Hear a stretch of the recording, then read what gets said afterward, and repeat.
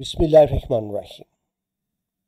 अज़ीज़ तलबा अस्सलामु अलैकुम। मैं हूँ आपका मामून मददगार मुशर्रफ महमूद और आपको आपके अपने तालीमी चैनल इल्म अदब पर खुश आमदीद कहता हूँ। जो स्टूडेंट्स आप जानते हैं, हमने ओ लेवल के लेक्चर्स का सिलसिला शुरू किया है। अल्हम्दुलिल्लाह इंटरमीडिएट के लेक्चर्स तो हम कर चुके हैं उर्दू पाक स्टडी इस्लामियात के। अब ओ लेवल्स के लेक्चर्स का सिलसिला शुरू किया है। इसमें पहला बुनियादी तारुफी लेक्चर हो चुका है। अगर आपने वो नहीं देखा ओ लेवल स्टूडेंट्स ने तो डिस्क्रिप्शन में उसका लिंक मौजूद है। आज हम बात करेंगे ओ लेवल इक्विवेलेंसी कैलकुलेशंस की। यहाँ बच्चे बहुत कंफ्यूज हो रहे होते हैं और इवन पेरेंट्स भी वो नहीं समझ आ रही होती उनको। दरअसल पाकिस्तान में तो अगर आप मैट्रिक की बात करें तो उसके 1100 मार्क्स होते हैं, 1100 मार्क्स होते हैं। लेकिन ओ लेवल जो दरअसल इंटरनेशनल मैट्रिक ही है, यानी मैट्रिक जो इंटरनेशनल रिकॉग्नाइज्ड है उसको ओ लेवल कहते हैं या IGCSE कहते हैं। उसमें पहली बात नंबर्स नहीं होते, ग्रेड होते हैं। लेकिन मसला कहाँ पैदा होता है, जब पाकिस्तान में एक बच्चा ओ लेवल करने के बाद इंटरमीडिएट में आता है, यानी पाकिस्तानी एजुकेशन सिस्टम में आता है, तो उसको फिर इक्विवेलेंसी सर्टिफिकेट बनाना होता है। तो आज हम ज़रा तफसील से देखेंगे कि कैम्ब्रिज सिस्टम कहता है जिसने ओ लेवल किया है, पाकिस्तान के अंदर रहते हुए उसकी इक्विवेलेंसी यानी किस तरह बनेगी। इक्विवेलेंसी कहते हैं यानी उसके ओ लेवल के मार्क्स को पाकिस्तान के कितने नंबरों के बराबर तस्वुर किया जाएगा, क्योंकि हमारे यहाँ तो 1100 मार्क्स हैं पाकिस्तान में और ओ लेवल में ग्रेड्स होते हैं, तो वो किस तरह से रिकॉग्नाइज किया जाएगा। तो आइए ज़रा इसकी तफसील देखते हैं। इससे पहले मैं आपको ज़रा बुनियादी मालूमात दे दूँ। पाकिस्तान में जब ओ लेवल की बात करेंगे तो उसमें आपको 8 सब्जेक्ट्स रखने होते हैं। 100 नंबर का एक सब्जेक्ट्स होता है, टोटल 800 मार्क्स होते हैं, जिनमें से 5 सब्जेक्ट्स कंपलसरी होते हैं, 3 ऑप्शन होते हैं। अच्छा जी, ईच सब्जेक्ट्स कैरीज 100 मार्क्स, लेकिन जब आपको सर्टिफिकेट अवार्ड होता है उस पर मार्क्स नहीं होते, उस पर ग्रेड होते हैं, यानी मार्क्स के हिसाब से ग्रेड कैलकुलेट किए जाते हैं। तो ये बुनियादी बातें पहले समझ लीजिए कि 5 जो कंपलसरी सब्जेक्ट्स हैं वो हैं इंग्लिश, मैथमेटिक्स, इस्लामियात, पाक स्टडी और उर्दू। पाकिस्तानी स्टूडेंट्स के लिए है और जाहिर है इन सब्जेक्ट्स को चेंज नहीं किया जा सकता। 3 इलेक्टिव सब्जेक्ट्स लेने होते हैं जिसको आप इख्तियारी मज़ामीन कहते हैं। डिफरेंट ग्रुप्स होते हैं। मेडिकल ग्रुप में ज़ाहिर है बायोलॉजी, फिजिक्स, केमिस्ट्री होगी और इंजीनियर ग्रुप में मैथ, फिजिक्स, केमिस्ट्री होगी। इस तरह कंप्यूटर ग्रुप के अपने सब्जेक्ट्स होंगे, आर्ट्स ग्रुप्स के अपने सब्जेक्ट्स होंगे, बिजनेस ग्रुप के अपने सब्जेक्ट्स होंगे और एक लैंग्वेज ग्रुप भी है। तो different school different groups offer कर रहे होते हैं जिनमें से आपने 3 सब्जेक्ट्स का इंतखाब करना होता है। लेकिन वो जिनके पास डुअल नेशनलिटी है, यानी है तो पाकिस्तानी लेकिन बाहर दूसरे मुल्क में रहते हैं, तो पाकिस्तानी के लिए आपको बताया 8 सब्जेक्ट्स हैं, 5 कंपलसरी, 3 इलेक्टिव। लेकिन डुअल नेशनलिटी वालों के लिए कंपलसरी सब्जेक्ट सिर्फ 2 ही हैं, इंग्लिश और मैथ, और 3 उनको कोई से ऑप्शनल सब्जेक्ट्स लेने होते हैं। एग्जाम प्रोसेस की बात करें तो साल में 2 दफ़ा पाकिस्तान में एग्जाम्स कंडक्ट करवाता है कैम्ब्रिज सिस्टम, एक मई और जून में, दूसरा अक्टूबर और नवंबर में। ठीक है जी। स्टूडेंट्स एक सेमेस्टर में यानी एक टर्म में 2 या 2 से ज़्यादा सब्जेक्ट्स में पार्टिसिपेट कर सकते हैं। वैसे तो जितने चाहे सब्जेक्ट्स रख लें उस पर कोई पाबंदी नहीं होती। हाँ, कम से कम 8 सब्जेक्ट्स होने चाहिए, 5 कंपलसरी, 3 ऑप्शनल। रिजल्ट्स मार्क्स में नहीं होता, ग्रेड की शक्ल में होता है। मिनिमम पासिंग ग्रेड ई होता है, इससे नीचे फेल तस्वर किया जाता है और उसको नंबर नहीं मिलते। ठीक है जी, ये तो कुछ बुनियादी मालूमात थी। अब आ जाते हैं कि हम इक्विवेलेंसी को कैलकुलेट कैसे करेंगे। ठीक है जी, यानी पाकिस्तानी मार्क्स के मुताबिक इक्विवेलेंसी को कैलकुलेट कैसे करेंगे। पाकिस्तान में एक इदारा है जी IBCC, उसमें ये सर्टिफिकेट जमा करवाए जाते हैं और IBCC इक्विवेलेंसी सर्टिफिकेट जारी करता है। वो सर्टिफिकेट किस तरह से बनता है और ओ लेवल के मार्क्स को किस तरह से कैलकुलेट किया जाता है, तो आइए ज़रा इसको तफसील से देखते हैं। आपके सामने मैंने एक स्टूडेंट का रिजल्ट कार्ड रख दिया। ठीक है जी, एक ज़रा फर्जी है सिर्फ आपको समझाने के लिए। ठीक है जी, तो उसमें सबसे पहले आप ग्रेड देखते हैं। अगर एक स्टूडेंट ने हर सब्जेक्ट में आपको बताया 100 मार्क्स होते हैं, अगर उसके मार्क्स 90 हैं या 90 से अबव है, यानी 90 से 100 के दरमियान है, उसको हाईएस्ट ग्रेड समझा जाता है, उसको सिग्निफिकेंटली एक्सेप्शनल समझा जाता है, यानी गैर मामूली तौर पर काबिल समझा जाता है। और ये ग्रेड शुमार होता है A+, इसको A1 भी कहते हैं, A+ भी कहते हैं। ठीक है जी।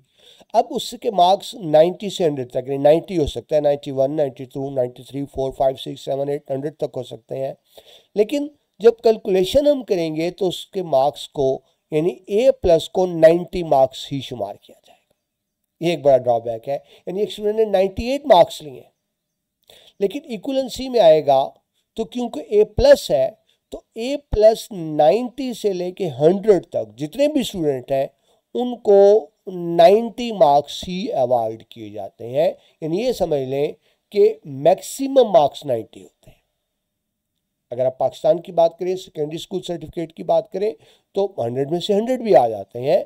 लेकिन यहाँ आप 100 से 100 ले भी लें, लेकिन जब इक्वलेंसी में जाएंगे तो आपका A+ ग्रेड है तो आपके 90 मार्क्स कंसीडर होते हैं। इसी तरह अगर एक स्टूडेंट के मार्क्स 85 से 89 के दरमियान है, उसको हाईएस्ट ग्रेड समझा जाता है, उसको A ग्रेड कंसीडर किया जाता है और उसको मार्क्स अवार्ड किए जाते हैं 85, यानी 85 फिक्स मार्क्स होते हैं। A+ ग्रेड वाले को 90 फिक्स मार्क्स दिए जाएंगे और इस तरह जो ग्रेड A लेगा, यानी जिसके मार्क्स 85 और 89 के दरमियान है, लेकिन इक्वलेंसी में उसको 85 मार्क्स ही दिए जाएंगे, ना इससे ज़्यादा ना इससे कम। इस तरह से अब नीचे आए ग्रेड B में, तो जिसके 70 और 79 के दरमियान है उसको B ग्रेड शुमार किया जाएगा और 75 मार्क्स अवार्ड किए जाएंगे।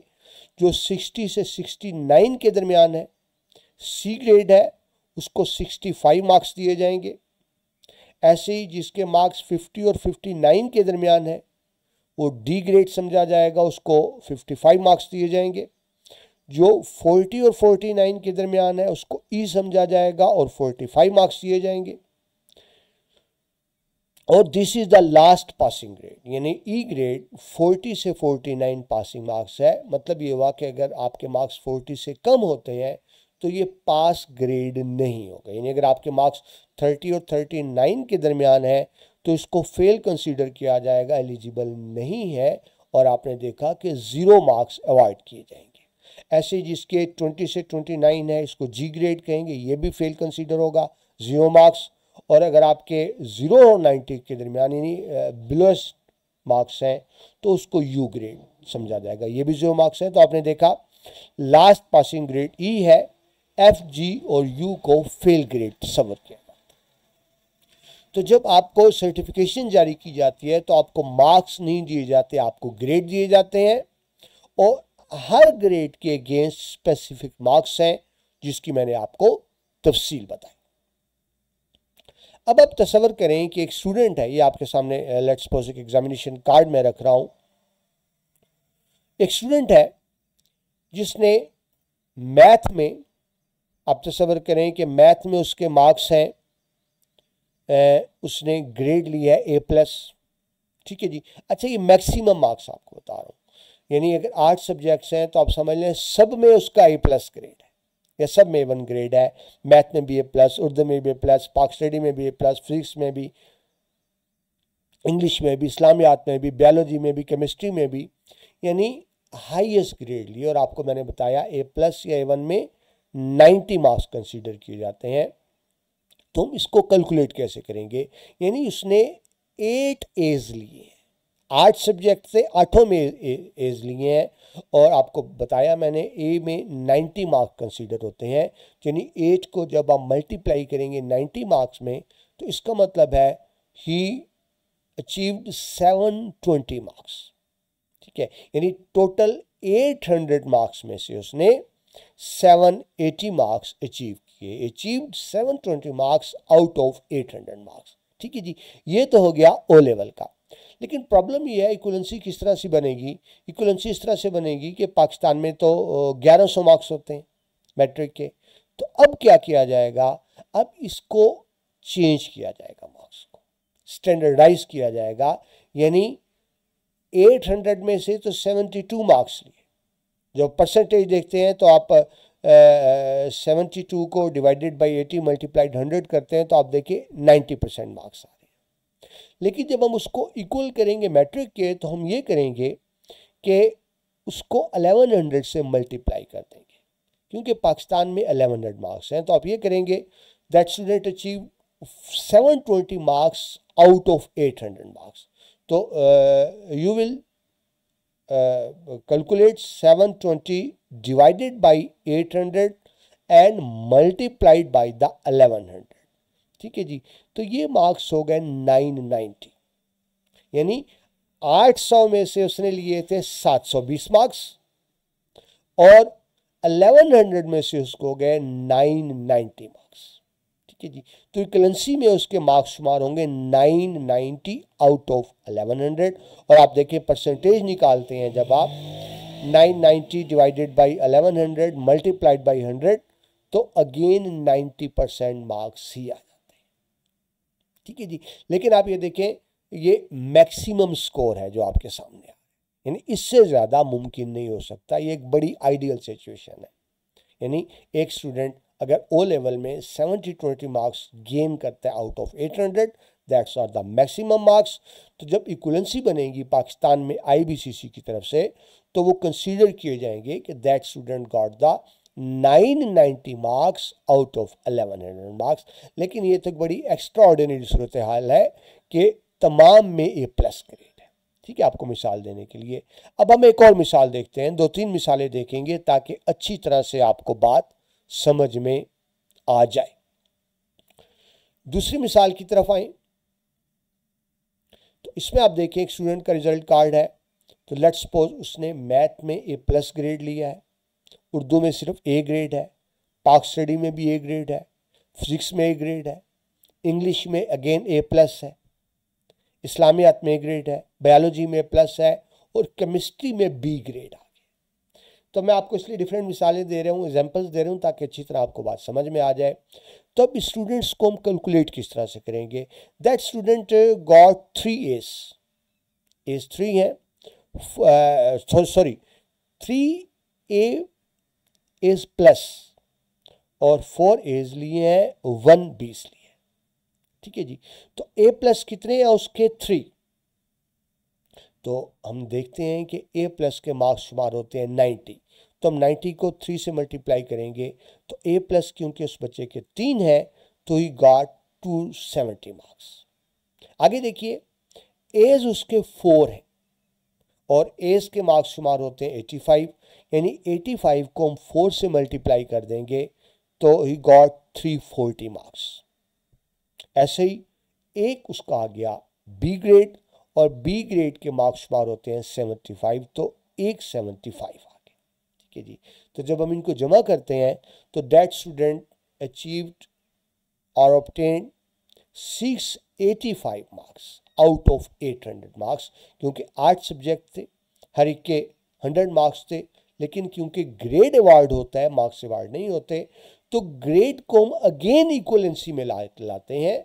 तो इसका मतलब ये हुआ कि that student obtain 685 marks out of 800 marks. अब जरा परसेंटेज बनाते हैं हम, सिर्फ मैं आपको समझाने के लिए। इस स्टूडेंट ने 800 में से 685 मार्क्स लिए, तो परसेंटेज हम कैसे निकालेंगे। 660, अच्छा या सॉरी गलत लिखा गया मार्क्स, हम इसको ज़रा दुरुस्त कर लेते हैं जी। तो जब हम देखें इक्वलेंसी में आएंगे तो इसके मार्क्स बने 685 मार्क्स। ठीक है, क्योंकि 3 A+ लिए हैं स्टूडेंट ने, 4 A's लिए हैं, 1 B लिया है, तो टोटल मार्क्स बने 685। जब आप परसेंटेज निकालते हैं तो आप किस तरह से निकालते हैं। 685 डिवाइडेड बाई 800 मल्टीप्लाई बाई 100, तो that student achieve the 85.6% marks. लेकिन जब इक्वलेंसी में लाएंगे तो जिस तरह मैंने अभी आपको बताया कि यहाँ तो 800 मार्क्स थे, पाकिस्तान में मैट्रिकुलेशन के 1100 मार्क्स होते हैं। तो अब उसको जब आप कन्वर्ट करेंगे तो किस तरह से करेंगे। 685 डिवाइडेड बाई 800 मल्टीप्लाइड बाई 1100, तो यहाँ बन गए स्टूडेंट के मार्क्स 941.8 मार्क्स आउट ऑफ 1100। तो देखिए 941.8 तो नहीं होते, तो हम इसको राउंड कर लेते हैं, यानी अगर 0.5 या उससे कम है तो उसको निगलेक्ट कर दिया जाता है, 0.5 से ज़्यादा हो तो उसको राउंड करके नेक्स्ट काउंट कर लिया जाता है। यानी 941.8 को हम कैलकुलेट में करेंगे 942 इसको कंसीडर कर लेंगे। ठीक है जी। तो आप यूँ देखें, इस स्टूडेंट ने जिसने 800 में से 685 मार्क्स लिए थे, लेकिन जब इक्वलेंसी बनेगी पाकिस्तान में मैट्रिक के मुताबिक तो वो किस तरह से बनेगी, 942 मार्क्स बनेंगे 1100 में से। ठीक है, तो उम्मीद है अब, क्योंकि पहली सिचुएशन में तो हमने आइडियल मार्क्स देखे थे, ये अब आपको समझ आ गई होगी। एक और मिसाल देख लेते हैं ताकि अच्छे तरह से आपको जहन नशीन हो जाए कि मार्क्स को कैलकुलेट कैसे किया जाता है। अब एक और स्टूडेंट को देखें जी, इसने मैथ में A+ लिया, उर्दू में A लिया, पाक स्टडी में C ले लिया, फिजिक्स में A लिया, इंग्लिश में A ले लिया, इस्लामियात में A ले लिया, बायोलॉजी में A+ ले लिया, केमिस्ट्री में अगेन B ले लिया। तो स्टूडेंट ने 2 A's+ लिए, 4 A's लिए, 1 B लिया और 1 C लिया। ठीक है, तो 2 A's+ लिए तो A+ के मार्क्स 90 होते हैं, तो यानी उसके हो गए 180 मार्क्स। 4 A's लिए तो 4 A's मिलके बने 340 मार्क्स। 1 B लिए 75 मार्क्स और 1 C ग्रेड लिया 65 मार्क्स। तो ये देखिए इसके मार्क्स बने 660 मार्क्स, यानी that student achieved 660 marks out of 800 marks. Percentage निकाले 660 डिवाइडेड बाई 800 मल्टीप्लाइड बाई 100, तो ये मार्क्स बनते हैं 82.5% मार्क्स। अब इक्वलेंसी में लाएंगे तो क्योंकि स्टूडेंट ने 800 में से 660 मार्क्स लिए हैं, तो इक्वलेंसी हम बनाएंगे 1100 के वाले से, क्योंकि पाकिस्तान में मैट्रिक के 1100 मार्क्स हैं। तो इक्वलेंसी किस तरह बनेगी, सेकेंडरी स्कूल सर्टिफिकेट यानी SCC की 680 डिवाइडेड बाई 800 मल्टीप्लाई 1100, तो ये बने 907.5 मार्क्स, और इसको राउंड करके हम कर लेंगे 908 मार्क्स। यानी वो स्टूडेंट जिसने O लेवल में हासिल किए थे 660 मार्क्स, लेकिन इक्वलेंसी में आके उसके बन जाएंगे 908 मार्क्स। ठीक है जी।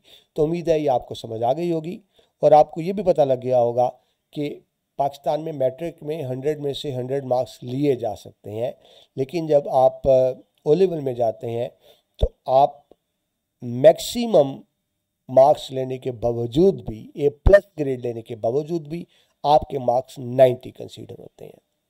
अब जब मैट्रिक के बाद FSC में मेरिट बनता है मेडिकल कॉलेज का, तो मेरिट में तो एक एक नंबर काउंट कर रहा होता है, तो फिर मेरिट बन नहीं पा रहा होता। तो यही वजह है पाकिस्तान में मोस्टली सीरियस स्टूडेंट्स की क्या करती है, वो O लेवल करने के बाद A लेवल की तरफ नहीं जाती। वो स्टूडेंट्स जिन्होंने डॉक्टर्स बनना होता है, जिन्होंने इंजीनियर बनना होता है, वो O लेवल के बाद A लेवल की तरफ जाने की बजाय वो इंटरमीडिएट की तरफ आ जाते हैं, क्योंकि इंटरमीडिएट में आप 100 में से 100 मार्क्स ले सकते हैं, मेरिट बना सकते हैं, मगर O लेवल में आप 100 मार्क्स लेने के बावजूद भी आपके 90 मार्क्स कंसीडर होते हैं। तो यही वजह है पाकिस्तान में जो अफोर्ड कर सकते हैं, ज़ाहिर है O लेवल A लेवल महंगी एजुकेशन है, हर शख्स अफोर्ड नहीं कर सकता, लेकिन जो अफोर्ड कर सकते हैं, तो मैंने देखा स्टूडेंट्स की अक्सरियत O लेवल के बाद फिर इसको स्किप करती है इस सिस्टम को, और फिर इंटरमीडिएट में आ जाती है, FSC में आ जाती है, ताकि मेडिकल कॉलेज का या इंजीनियरिंग कॉलेज का मेरिट बनाया जा सके। तो डियर स्टूडेंट्स, मैं उम्मीद करता हूँ आपको ये बातें समझ आ गई होंगी कि इक्वलेंसी किस तरह से बनाई जाती है। ठीक है जी।